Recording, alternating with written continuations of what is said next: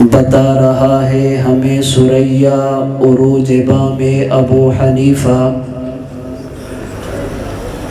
بتا رہا ہے ہمیں ثریا عروج بام ابو حنیفہ، بلند تر ہے فلک کے تاروں سے بھی مقام ابو حنیفہ۔ تمہاری تقلید کی ضرورت نہیں ہے اس کو اے جلنے والو،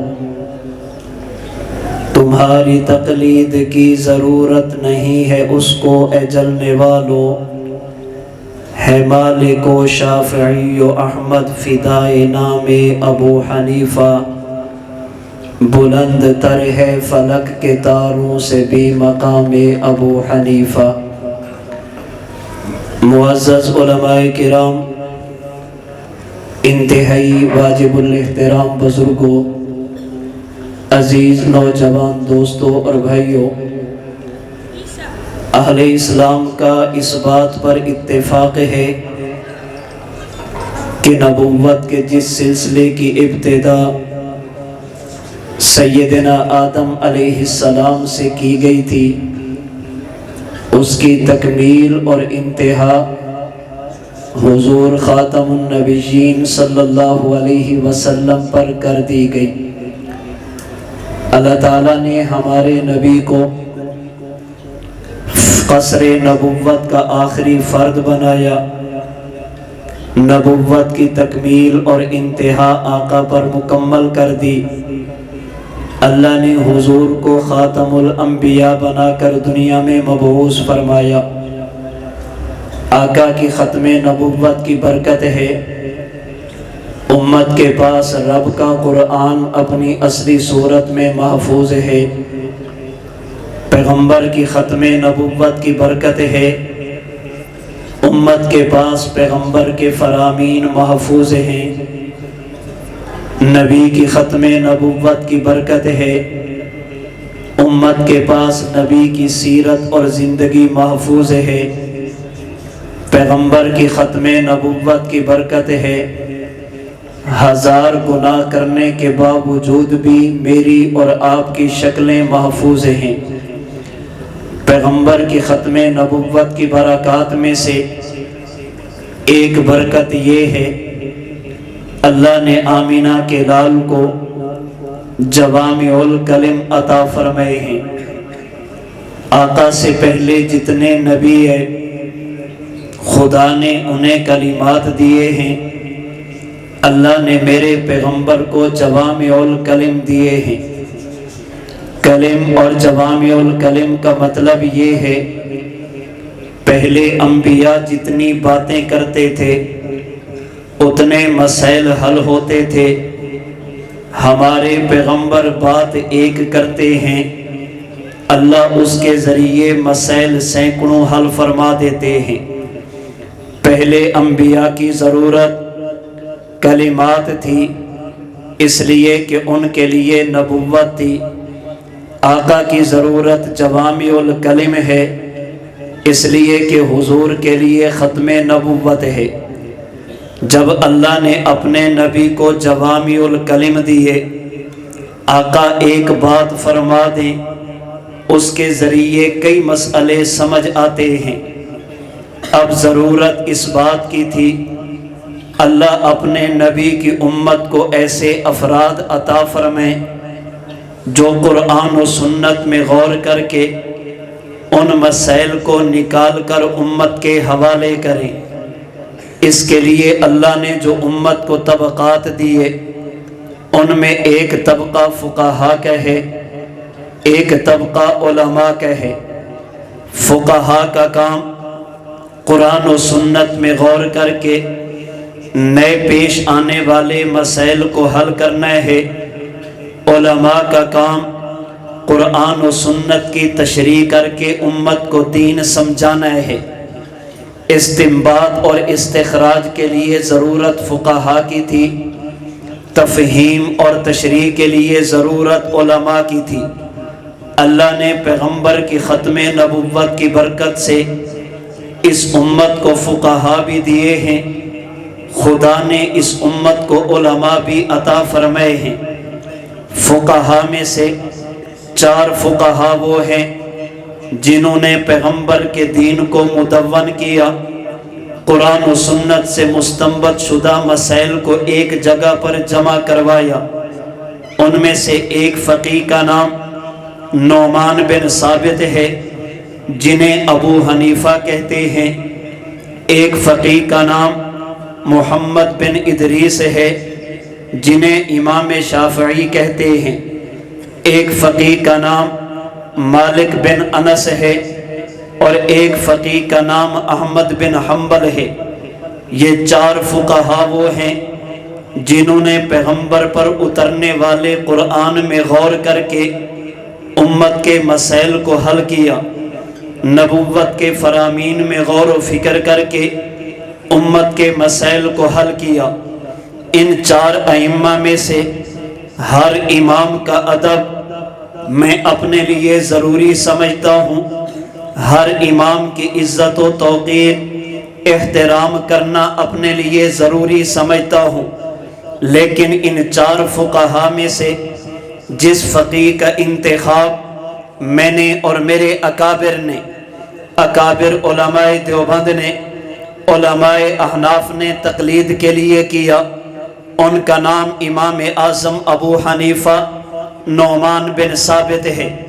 سوال یہ ہے، فقہا تو 3 اور بھی تھے، ہم نے انہیں چھوڑ کر امام ابو حنیفہ کا انتخاب کیوں کیا؟ تقلید کے لیے امام اعظم کو کیوں چنا؟ امام اعظم ابو حنیفہ کو منتخب کرنے کی، امام ابو حنیفہ کے ساتھ اپنی نسبت جوڑنے کی پہلی وجہ یہ جو میں نے 4 نام لیے، امام ابو حنیفہ، امام مالک، امام شافعی، امام احمد، ان 4 میں سے واحد میرا امام وہ ہے جس نے براہ راست دین پیغمبر کے صحابہ سے لیا۔ امام شافعی، امام مالک، امام احمد بن حنبل نے پیغمبر کے صحابہ سے دین نہیں لیا بلکہ صحابہ کے شاگردوں سے لیا۔ میرے امام کی خصوصیت یہ ہے، میرے امام نے براہ راست دین پیغمبر کے صحابہ سے لیا، کبھی حضرت انس بن مالک سے، کبھی حضرت عبداللہ بن ابی اوفا سے، کبھی سیدہ عائشہ بنت عجرد سے رضی اللہ عنہم و عنہن اجمعین۔ میرے امام نے براہ راست دین پیغمبر کے صحابہ سے لیا۔ اسے میرے استاد محترم متکلم اسلام مولانا محمد الیاس گھمن 2 حدیثوں کی روشنی میں یوں سمجھاتے ہیں۔ اللہ کے محبوب پیغمبر کا فرمان بخاری شریف، مسلم شریف، شرح مشکل الآثار میں مختلف الفاظ کے ساتھ موجود ہے۔ وقت کی قلت کے پیش نظر میں عبارات کو چھوڑ رہا ہوں۔ اللہ کے نبی نے 3 لفظ استعمال کیے، فرمایا لوگوں اگر ایمان، اگر دین، اگر علم ثریا ستارے تک بھی چلا گیا، سلمان فارسی کی اولاد میں سے ایک شخص آئے گا جو دین ثریا سے لے گا اور میری امت کو دے گا۔ اللہ کے نبی کے اس فرمان کی شرح میں ابن حجر مکی شافعی نے لکھا، حضرت امام سیوطی نے لکھا، حضرت شاہ ولی اللہ محدث دہلوی حنفی نے لکھا، نواب صدیق حسن خان غیر مقلد اہل حدیث عالم نے لکھا، آمینہ کلال نے جو یہ فرمایا اگر علم ثریا ستارے تک بھی چلا گیا، حضرت سلمان کی اولاد میں سے ایک بندہ وہاں سے لے گا اور امت کو دے گا۔ اس کا سب سے پہلا مصداق امام اعظم ابو حنیفہ نعمان بن ثابت ہے۔ اس حدیث مبارک سے پتہ چلا ایک وقت ایسا آئے گا جب دین ستاروں کے پاس چلا جائے گا۔ پیغمبر کا دوسرا فرمان مشکات شریف میں موجود ہے، اللہ کے نبی نے فرمایا اصحابی کالنجوم، میرے صحابہ ستارے ہیں۔ اب پیغمبر کی 2 حدیثوں کو ملائیے، آقا نے فرمایا صحابہ ستارے، اور ایک وقت آئے گا کہ دین ستاروں کے پاس ہوگا، ایک بندہ دین ستاروں سے لے گا اور امت کو دے گا۔ ہمارا عقیدہ ہے پیغمبر کو نبوت کا آفتاب اور مہتاب کہتے، پیغمبر کی جماعت کو دین کے ستارے اور رہنما کہتے۔ نبی سمجھانا چاہتے ہیں ایک وقت ایسا آئے گا میں محمد دنیا سے چلا جاؤں گا، میرے بعد نبی نے پیدا نہیں ہونا، دین نبی کے پاس نہیں، نبی کے ستاروں کے پاس ہوگا۔ ابو حنیفہ ان ستاروں سے دین لے گا اور امت کو دین دے گا۔ اس لیے امام ابو حنیفہ نے پیغمبر کے صحابہ سے دین لیا ہے، آپ نے امت کو دین دیا۔ اس وجہ سے میں نے تقلید کے لیے امام ابو حنیفہ کا انتخاب کیا۔ امام ابو حنیفہ کو منتخب کرنے کی دوسری وجہ، میرا امام دین لے کر بیٹھا نہیں، میرے امام نے دین کو آگے پھیلایا ہے۔ میرا امام بیٹھا نہیں، میرے امام نے دین کو آگے پڑھایا ہے۔ آج دنیا سمجھتی ہے ابو حنیفہ کا کام صرف شاید فقہ کا تھا، اس بات میں دوسری رائے نہیں۔ اللہ نے میرے امام کو صرف فقیہ نہیں، فقیہ اعظم بنایا، لیکن اس بات میں بھی کوئی شک نہیں، اللہ نے میرے امام کو فقہ کے ساتھ ساتھ حدیث مبارک کا علم بھی عطا فرمایا تھا۔ میرے امام کے پاس حدیث کا علم کتنا تھا، اس پر ایک لمبی فہرست طویل گفتگو ہونے والی، میں سمجھانے کے لیے دو باتیں کرنے لگا۔ محدثین میں سے حضرت امام عبداللہ بن مبارک امت کا وہ محدث گزرا جسے امیر المؤمنین فی الحدیث کہا جاتا ہے۔ امام بخاری امت کا وہ محدث گزرا جسے امیر المؤمنین فی الحدیث کا لقب دیا جاتا۔ یہ دونوں علم حدیث کے امام ہیں، دونوں علم حدیث کے پیشوا اور امیر ہیں۔ حضرت عبداللہ بن مبارک فرماتے ہیں لولا اغاثنی اللہ بأبی حنیفہ و سفیان کنت کسائر الناس، لوگوں اگر عبداللہ کے استادوں میں امام ابو حنیفہ کا نام نہ ہوتا، آج دنیا مجھے علم حدیث میں جانتی اور پہچانتی نہ۔ آج دنیا نے جو مجھے عزت کا مقام دیا اس کے پیچھے امام ابو حنیفہ کی محنت ہے۔ اگر بات امام بخاری کی کریں، حافظ ابن حجر عسقلانی نے فتح الباری کے مقدمہ میں لکھا، امام بخاری نے بخاری شریف میں 7000 سے زائد روایات کو جمع کیا، اور یہ روایات امام بخاری نے کئی ایک اساتذہ سے سنی ہیں، کئی ایک استادوں سے پڑھی ہیں، پھر بخاری شریف میں جمع کی۔ ان میں سب سے پہلے طبقے کے امام بخاری کے 8 استاد ہیں جن پر امام بخاری کو ناز ہے۔ سب سے پہلے طبقے میں امام بخاری کے 8 شیخ ہیں جن پر امام بخاری کو فخر ہے۔ ان 8 استادوں میں سے امام بخاری کے 7 استاد وہ ہیں جو استاد بخاری کے ہیں، شاگرد میرے امام ابو حنیفہ کے ہیں۔ امام بخاری نے بخاری شریف میں 22 ایسی روایات نقل کی جن پر امام بخاری کو فخر ہے، جنہیں علماء کی اصطلاح میں ثلاثیات کہا جاتا۔ ثلاثیات کا معنی یہ، امام بخاری اور امام اللہ کے نبی کے درمیان صرف 3 واسطے ہیں، یہ سب سے اعلیٰ سند ہے جنہیں ثلاثیات کہا جاتا۔ امام بخاری نے یہ 22 روایتیں بخاری شریف میں نقل کی ہیں، ان میں سے 21 روایات وہ ہیں جن میں امام بخاری کے استاد میرے امام ابو حنیفہ کے شاگرد ہیں۔ میرے امام نے علم حدیث عبداللہ بن مبارک کو بھی دیا، میرے امام نے علم حدیث حضرت امام بخاری کو بھی دیا۔ میرے امام نے دین پھیلایا، میرے امام نے دین پڑھایا ہے، اس لیے میں نے امام ابو حنیفہ کا انتخاب کیا۔ ابو حنیفہ کو منتخب کرنے کی تیسری وجہ، اللہ نے میرے امام کو ایک علم نہیں، اللہ نے تمام علوم کا جامع بنایا۔ اگر بات علم الکلام کی، عقیدے اور مناظرے کی کرو گے، امت کے علماء نے میرے امام کو فقہا میں سے سب سے پہلا متکلم قرار دیا۔ میرے امام نے الفقہ الاکبر میں عقیدہ توحید سے لے کر قبر کی زندگی تک علامات قیامت سے لے کر میدان محشر تک تمام عقائد کو میرے امام نے بیان بھی کیا۔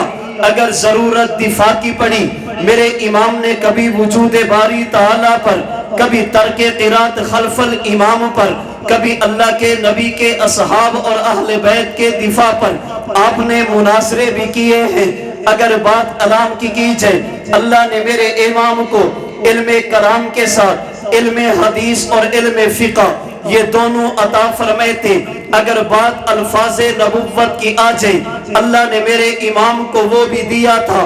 اگر بات مسائل کے استنباط اور استخراج کی آ جائے، اللہ نے میرے امام کو علم فقہ بھی عطا فرمایا تھا۔ یہ میں نہیں کہتا، میرے امام کے استاد امام اعمش کی گواہی ہے۔ جب ایک مسئلے پر امام اعمش نے امام ابو حنیفہ سے بات کی، میرے امام نے اس پر حدیث کے دلائل پیش کیے۔ حضرت امام اعمش کہنے لگے، حسبک ما حدثتک فی مئۃ یوم حدثتنی فی ساعۃ۔ ابو حنیفہ بس کر دے، جو حدیثیں میں نے تجھے 100 دن میں پڑھی آپ نے ایک مجلس میں ساری سنا دی۔ پھر امام اعمش نے جملہ کہا، یا معاشر الفقہاء انتم الاطباء ونحن الصیادلہ۔ فرمائے لوگو، ایک دنیا میں پنساری ہوتا ہے، ایک دنیا میں طبیب اور حکیم ہوتا۔ پنساری کا کام جڑی بوٹیاں جمع کرنا، طبیب کا کام اس کے خمیرے اور نسخے بنانا۔ حضرت امام اعمش کہنے لگے، اگر بات محدثین کی کرو گے یہ ایسے جیسے پنساری ہیں، اور اگر بات فقہا کی کرو گے یہ ایسے جیسے طبیب اور حکیم ہوتا۔ حدیثیں جمع کر کے ہم لاتے ہیں، مسائل کا استنباط کر کے تم دیتے ہو۔ پشاور کے دوستو، امام اعمش نے اگلا جملہ کہا، یہ آج پشاور کے کسی عالم کی رائے نہیں، میرے امام کے استاد کا جملہ۔ فرمایا وَأَنْتَ أَيُّهَا الرَّجُلُ أَخَذْتَ بِكِلَا الطَّرْفَيْنِ۔ ابو حنیفہ میں نے دنیا گھوم کر دیکھی، بندہ محدث ہوتا ہے، فقیہ نہیں ہوتا۔ اگر فقیہ ہوتا ہے محدث نہیں ہوتا۔ اگر علم حدیث ہو مسائل کے استنباط کی طاقت نہیں ہوتی۔ اگر مسائل کے استنباط کی طاقت ہو اس کے پاس علم حدیث نہیں ہوتی۔ وَأَنْتَ أَيُّهَا الرَّجُلُ أَخَذْتَ بِكِلَا الطَّرْفَيْنِ۔ ابو حنیفہ میں نے تجھے دیکھا، اللہ نے تجھے حدیث اور فقہ کا جامع بنایا، اللہ نے تجھے حدیث کا علم بھی عطا کیا، خدا نے تجھے فقہ کا علم بھی عطا کیا۔ چونکہ میرا امام علم کلام کا، علم حدیث کا، علم فقہ کا جامع تھا، اس لیے میں نے اپنے امام کا انتخاب کیا۔ اگر بات چوتھی وجہ پہ کی جائے، میں نے اپنے امام کو تقلید کے لیے کیوں منتخب کیا، اس کی چوتھی وجہ، میرا امام وہ ہے جسے خدا نے دلیل کی طاقت، اللہ نے دلیل کی قوت عطا فرمائی تھی۔ حضرت امام مالک نے کہا تھا، ابو حنیفہ ایسا آدمی ہے اگر لکڑی کے ستون کو سونے کا ثابت کرنا چاہے، دلیل کی بنیاد پر سونے کے لکڑی کے ستون کو سونے کا ثابت کر سکتا ہے۔ اگر بات پانچویں وجہ کی جائے، میں نے اپنے امام کا انتخاب کیوں کیا، اس لیے کہ میرا امام صرف عالم نہیں تھا، میرے امام کا علم پر عمل بھی تھا، میرے امام کی صرف علمی زندگی نہیں تھی، اللہ نے میرے امام کو عملی زندگی بھی عطا کی تھی، جسے امام احمد نے کہا تھا، سبحان اللہ ہوا من العلم الورع والزہد وایثار دار الآخرۃ بمحل لا یدرکہ فیہ احد۔ فرمایا لوگو، علم اور عمل کی بلندی پر جہاں ابو حنیفہ پہنچا، ہم میں سے کوئی بندہ بھی وہاں تک نہیں پہنچ سکتا۔ میرے امام کی عملی زندگی کیسے؟ امام یحییٰ بن سعید القطان نے کہا تھا، جالسنا ابا حنیفہ وسمینا منہ حدیثا۔ میں ابو حنیفہ کی مجلس میں گیا، میں نے آپ سے علم بھی حاصل کیا، وعرفت فی وجہہ انہ یتقی اللہ، اور میں نے جب ابو حنیفہ کے چہرے کو دیکھا اس میں خوف خدا، اللہ کا ڈر اور تقوی نظر آتا۔ تبھی تو میرے امام رات کی تاریکی میں کھڑے ہو کر رب کی عبادت کرتے۔ رمضان کا مہینہ آتا 60 سے زائد مرتبہ قرآن کریم کو مکمل کرتے۔ عرض میں نے یہ کیا، حضور آخری نبی، اللہ نے اپنے نبی کو جوامع الکلم عطا فرمائے، اللہ نے الفاظ تھوڑے دیے۔ اب ضرورت اس بات کی تھی ایسے افراد دیے جائیں جو ان نصوص میں غور کر کے امت کے مسائل کو حل کریں۔ اللہ نے امت کو فقہا دیے، ان میں سے جس فقیہ کا میں نے اور آپ نے انتخاب کیا اسے ابو حنیفہ کہتے۔ ہم نے انتخاب کیوں کیا؟ اس کی پہلی وجہ، میرے امام نے دین پیغمبر کے صحابہ سے لیا، ہم نے امام کا انتخاب کیا۔ اس کی دوسری وجہ، میرے امام نے اس دین کو آگے پھیلایا ہے، ہم نے امام کا انتخاب کیوں کیا؟ اس کی تیسری وجہ، اللہ نے میرے امام کو تمام علوم کا جامع بنایا، ہم نے امام کا انتخاب کیوں کیا؟ اس کی چوتھی وجہ، اللہ نے میرے امام کو دلیل کی طاقت اور قوت عطا فرمائی تھی، میں نے اور آپ نے اپنے امام کا انتخاب کیوں کیا؟ اس کی پانچویں وجہ، اللہ نے میرے امام کو علم کے ساتھ ساتھ عمل بھی دیا تھا، علم کے ساتھ ساتھ عبادت بھی دی تھی، علم کے ساتھ ساتھ تقوی بھی دیا تھا۔ اگر بات علماء کی جائے، علماء کا کام کیا ہے؟ دین کی تشریح کرنا۔ فقہا میں سے میں نے امام ابو حنیفہ کا انتخاب کیا، علماء میں سے اکابر علماء دیوبند کا انتخاب کیا، اس لیے کہ ان کا کام کیا تھا؟ دین کی تشریح کرنا۔ اگر امام بخاری نے بخاری لکھی، اس کی تشریح کی، انور شاہ کشمیری نے فیض الباری کی صورت میں اس کی تشریح کی ہے، حاشیہ بخاری کی صورت میں محدث احمد علی سہارنپوری نے اگر امام بخاری نے بخاری شریف لکھی، اس کی تشریح کی، شیخ زکریا نے الکنز المتواری کی صورت میں، امام مسلم نے مسلم شریف لکھی، اس کی تشریح کی، علامہ عثمانی نے فتح الملہم کی صورت میں، شیخ الاسلام نے تکملہ کی صورت میں، اگر امام ابو داؤد نے سنن ابی داؤد لکھی، اس کی تشریح کی، محدث حضرت شیخ حضرت مولانا خلیل احمد سہارنپوری نے بذل المجہود کی صورت میں، امام ترمذی نے سنن ترمذی لکھی، اس کی تشریح کی ہے۔ عالمی مجلس تحفظ ختم نبوت کے 5ویں امیر حضرت مولانا سید محمد یوسف بن نوری نے معالم السنن کی صورت میں، امام اہل سنت نے خزائن السنن کی صورت میں، امام مالک نے اگر موطا مالک لکھی، اس کی تشریح کی ہے۔ حضرت شیخ زکریا نے اوجز المسالک کی صورت میں، مجھے فخر ہے اپنے امام پر بھی، مجھے فخر ہے اپنے اکابر علماء دیوبند پر بھی، میں امام ابو حنیفہ کی عصمت کو بھی مانتا ہوں، میں اپنے اکابر علماء دیوبند کی عصمت کو بھی مانتا ہوں، امام ابو حنیفہ کو سلام عقیدت پیش کرتا ہوں، رب کا دین سمجھایا، اپنے اکابر کو سلام عقیدت پیش کرتا ہوں، رب کے دین کی تشریح کی ضرورت اس بات کی ہے، دین کے فہم کے لیے، تشریح کے لیے، دین کو سمجھنے کے لیے اپنا تعلق علماء دیوبند کے ساتھ، اہل حق کے ساتھ جوڑا جائے، تاکہ میں اور آپ اپنی اس نسبت پر فخر کرتے ہوئے دنیا سے چلے جائیں۔ اللہ مجھے بھی اپنی اس نسبت کا خیال کرنے کی، آپ کو بھی اپنی اس نسبت کا لحاظ کرنے کی توفیق عطا فرمائے۔ وآخر دعوانا ان الحمدللہ رب العالمین۔